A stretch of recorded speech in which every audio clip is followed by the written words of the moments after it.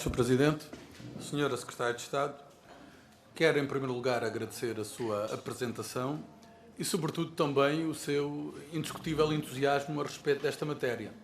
Esta é uma matéria que, felizmente, tem merecido concordância genérica, tem-se gerado consensos políticos significativos a este respeito e, por via disso, Portugal tem ganho no domínio do turismo, não apenas ao nível das dormidas, dos proveitos, enfim, de todo um conjunto de indicadores e parâmetros que são essenciais para assegurar a recuperação económica do país, ainda que essa recuperação económica, desafortunadamente, não se viste tão sólida e consistente como o Governo a previu quando da elaboração do Orçamento de Estado. Quero, todavia, tratar de um conjunto de matérias que são importantes e que devem merecer um debate aturado nesta área. Desde logo, tratar da questão do alojamento local. Como a Sra. Secretária de Estado sabe, em 2008 foi criada a figura do alojamento local e bem, com o propósito, por um lado, de responder às dinâmicas turísticas e, por outro lado, de enquadrar realidades informais sobre as quais não existia qualquer espécie de regulação, fosse essa regulação de natureza fiscal, fosse também ao nível de um conjunto de requisitos mínimos essenciais para garantir a qualidade da oferta e o exercício da atividade. Não se pode considerar, ainda que a iniciativa seja meritória, que ela tenha sido coroada de grande êxito, na medida em que, 6 anos envolvidos, o valor das unidades que foram registadas cifrava-se em 10 mil. Ora, em 2014, como a Sra. Secretária de Estado seguramente se recorda, o número de alojamentos locais, por força dos imbróglios e dos obstáculos de natureza burocrática, mereceram a revisão do anterior Governo. E essa revisão foi uma revisão que permitiu afastar esses obstáculos, torná-los menos burocráticos e, por isso, mais céleres e fiáveis, estáveis do ponto de vista fiscal, claro do ponto de vista das obrigações, e os resultados foram absolutamente expressivos.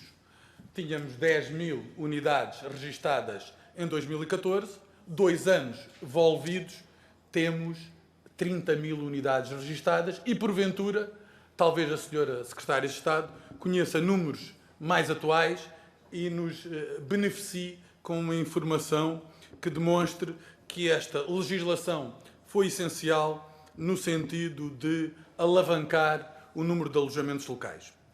Ora, aquilo que assistimos foi a garantia que 2 objetivos foram atingidos. Tivemos, por um lado, mais investimento, tivemos maior qualificação da oferta e também tivemos uma maior defesa do consumidor. Sabíamos que havia muitas iniciativas de natureza informal, o Algarve é talvez o exemplo maiúsculo dessa circunstância. Conseguimos trazer muitos investidores para tirá-los da economia paralela e colocá-los dentro do mercado, e isso é, obviamente, uma questão muito importante. E o que é que se ganhou e porquê é que se ganhou?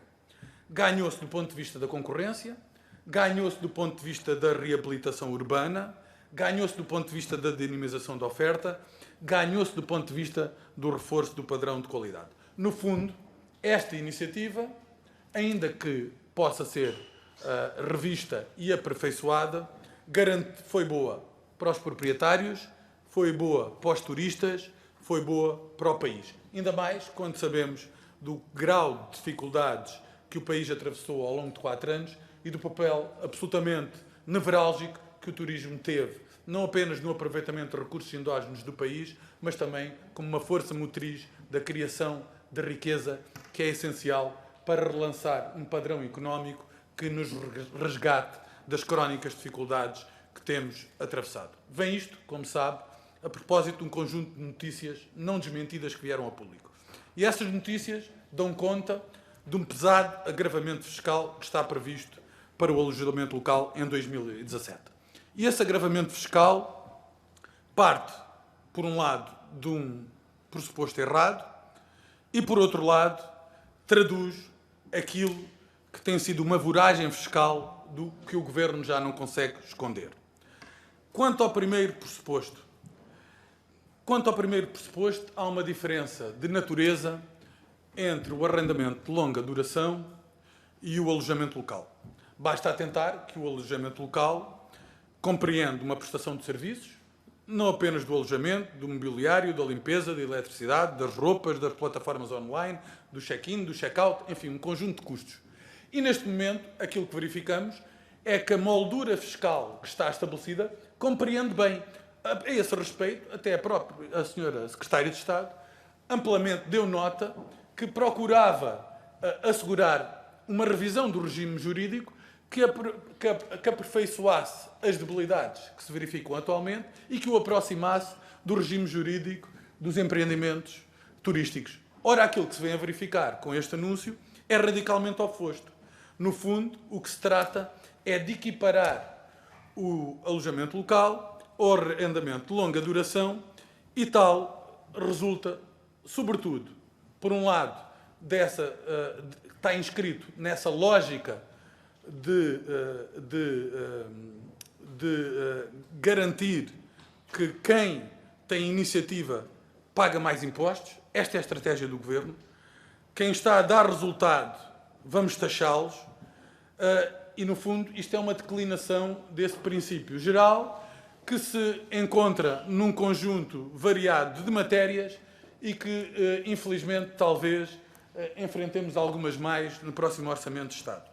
Quem levanta a cabeça sofre e o Governo lida mal com o sucesso das pessoas e aqui está um exemplo, a menos que venha a ser desmentido, que o Governo lida mal com o sucesso das pessoas. Isto é uma machadada na confiança, na credibilidade. As pessoas fizeram investimentos, foram retiradas da informalidade, acreditaram num regime jurídico sólido, credível, que lhes oferecia condições e agora estamos a reconduzi-lo a uma realidade completamente oposta. Talvez, não sei se isso tem a ver com as eleições autárquicas, mas de uma errada percepção que 2 ou 3 freguesias de Lisboa e Porto, que podem ter problemas, que os problemas devem ser resolvidos e tratados, e do nosso ponto de vista a abertura para aperfeiçoar um regime jurídico a esse respeito, mas aquilo que verificamos é que ao invés de estarmos a trabalhar no sentido de elevar os padrões de qualidade, melhorar o serviço, defender os consumidores e reforçar a fiscalização, aquilo que estamos a fazer é alterar o enquadramento fiscal e, dessa forma, a desincentivar uma aposta que é essencial para a estruturação da oferta e qualidade da oferta turística que temos em Portugal. Espero que a senhora Secretária de Estado me dê resposta a este respeito. Mas há outras matérias que também são igualmente importantes e que eu gostaria de tratar. E esta lógica, como eu disse, inscreve-se nesta voragem fiscal. Vamos tratar do imposto sobre o património. E eu colocar-lhe-ei 2 questões a respeito de 2017 e o que é que isso implica. Desde logo, os hotéis que são capacidade instalada e meios de produção relevantes para a nossa oferta turística e as agências de viagens, as suas sucursais, vão ser taxadas à imagem daquilo que foi anunciado para o património, sim ou não? E, por outro lado, sabemos todos que o Governo anterior tomou medidas que alguns criticam, legitimamente, seguramente, medidas que são reconhecidamente consideradas amigas do investimento. Temos, por um lado, a questão dos vistos gold, temos, por outro lado, a questão dos residentes não habituais. E estas 2 medidas foram essenciais para valorizar um vetor instrumental do reforço da oferta turística em Portugal, designadamente aquilo que se prende com o crescimento sustentado do turismo residencial, que é da maior relevância. Hoje estamos a destruir essa estabilidade e estamos a corroer os alicerces da aposta que fizemos. E, portanto, as questões que eu lhe quero pôr, por um lado, no alojamento local, é se não estamos a empurrar as pessoas para a informalidade, desincentivá-las à luz de um pressuposto errado, porque, no fundo, estamos a confundir aquilo que é o arrendamento habitacional com as matérias que se prendem com o alojamento local e a alteração de legislação não devia ser na moldura fiscal, devia isso ser, sim, naquilo que tem a ver com a melhoria da qualidade da oferta, com a estruturação do produto e com a garantia... Vai ter que terminar. Terminarei, Sr. Presidente. E com a garantia de não haver concorrência desleal e, por outro lado, se numa área que é essencial para o crescimento do país, que é uma área significativa e que tem gerado muito crescimento e que nos abre expectativas, porque todas as áreas crescem a 2 dígitos, se estas medidas não são contraproducentes e se não são elas, se não carecem de fundamento e não são mais do que o retrato da incapacidade do Governo em tomar medidas para salvaguardar a consolidação económico-financeira do país em desfavor daquilo que têm sido medidas essenciais para garantir este crescimento. Muito obrigado. Obrigado, Sr. Deputado. Para responder, passaria agora a palavra à Sra. Secretária de Estado do Turismo.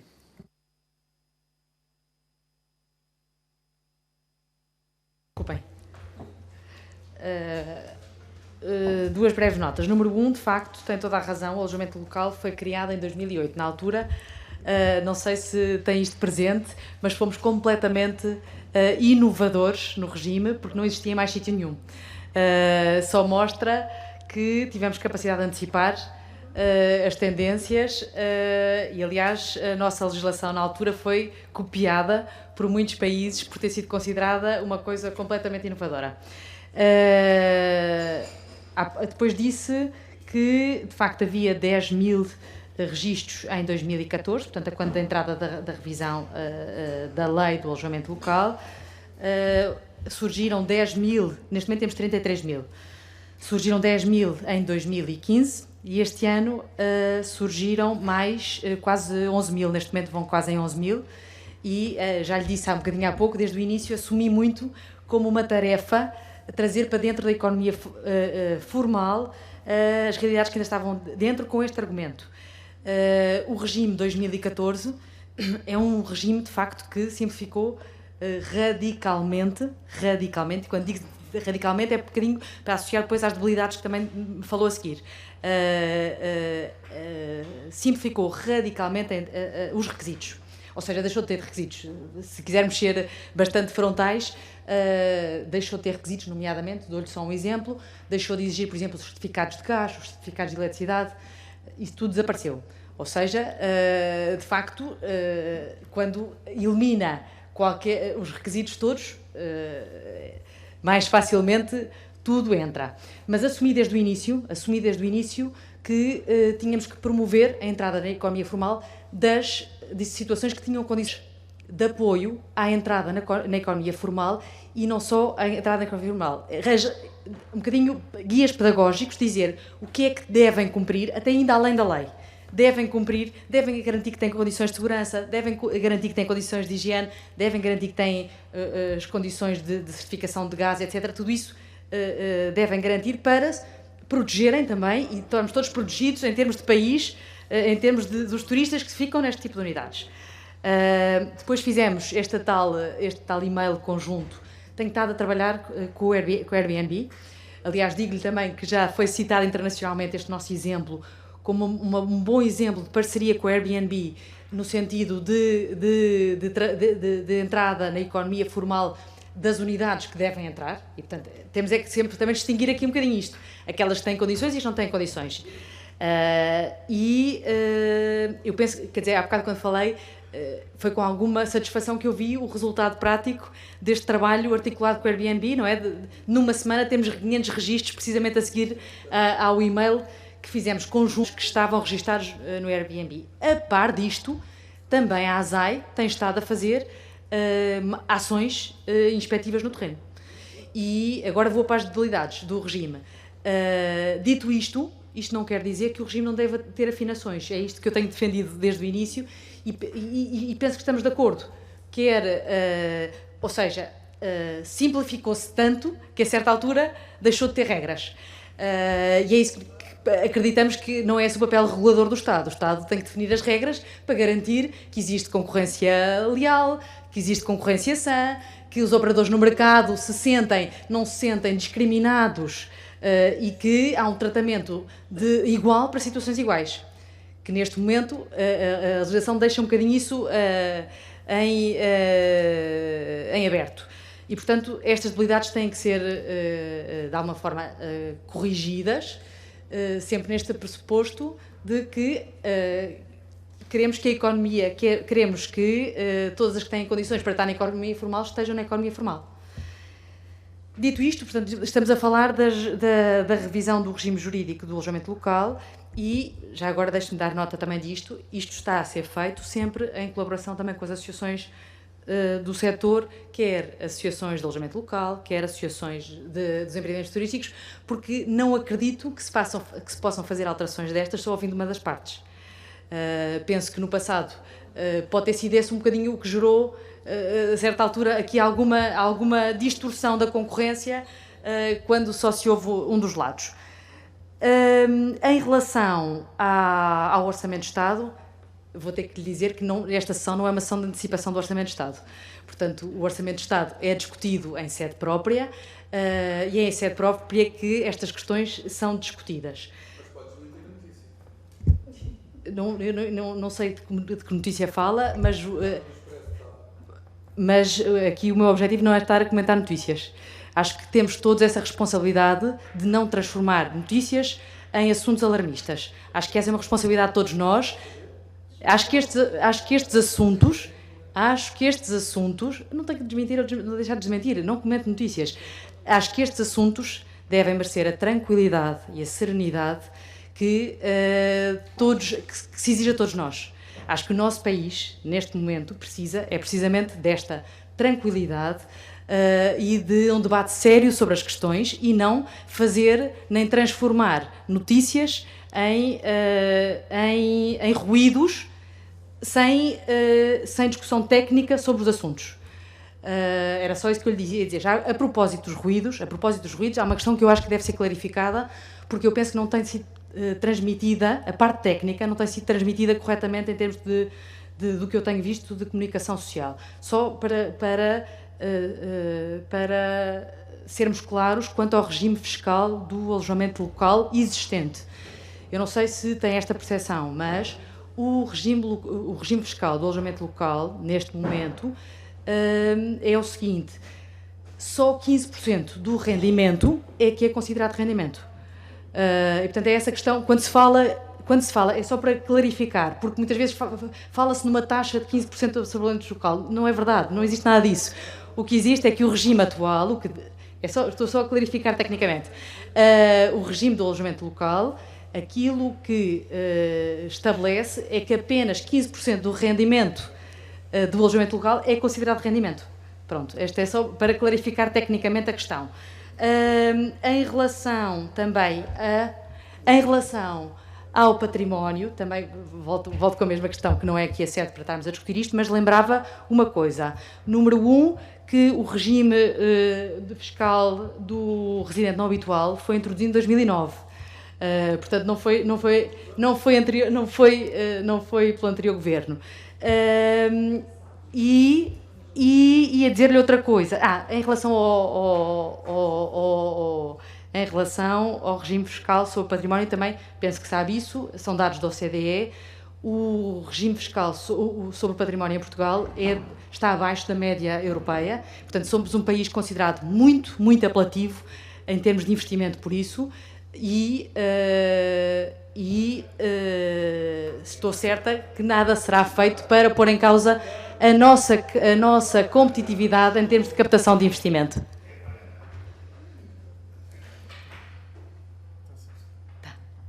Obrigado, Sr. Secretário de Estado. Passaria agora a palavra então ao Grupo Parlamentar do Partido Socialista, à Sra. Deputada Hortência Martins. Muito obrigada, Sr. Presidente. Sra. Secretária de Estado, também é um gosto tê-la aqui na nossa comissão.